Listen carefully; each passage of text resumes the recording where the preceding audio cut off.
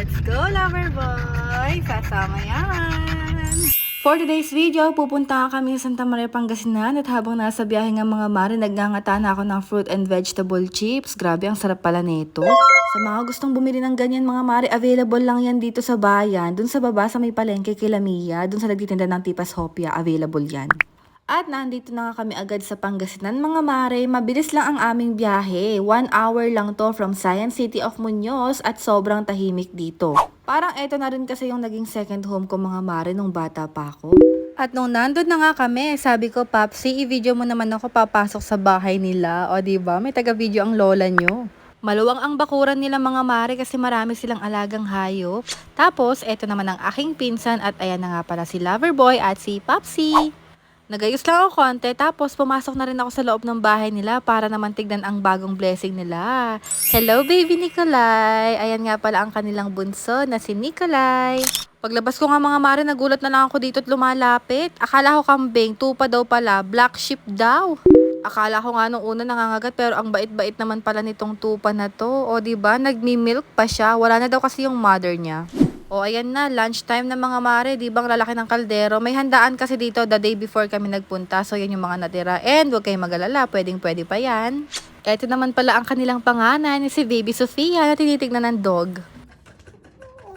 Dog! Oh, may dog!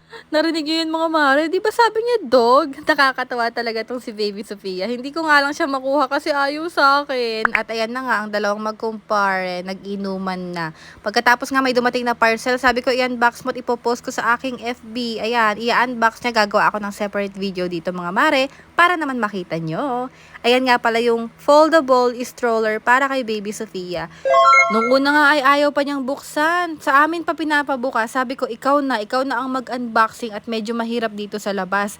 Sabi ko naman, okay na ina-unbox mo at i-video natin para naman makita natin kung may kulang o kaya may sira. O di ba mga Mars, ganun yorn. Wise buy din sila mga Mars. Mas magandang bumili talaga online kaysa sa mall kasi yung ganito sa mall ay nako, libo-libo na talaga ang presyo. O ayan yung itsura niya mga mare. O di ba?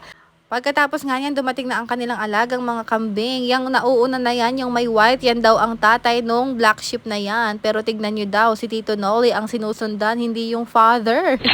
Kasi naman, siya na ang nag-aalaga dyan. At uuwi na rin kami, kaya nagbababay na rin ako kay Baby Sofia. Sabi ko, flying kiss, aba ayaw.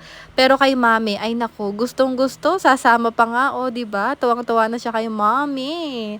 Ayan, time to uwi na. Meron din kasi silang lakad.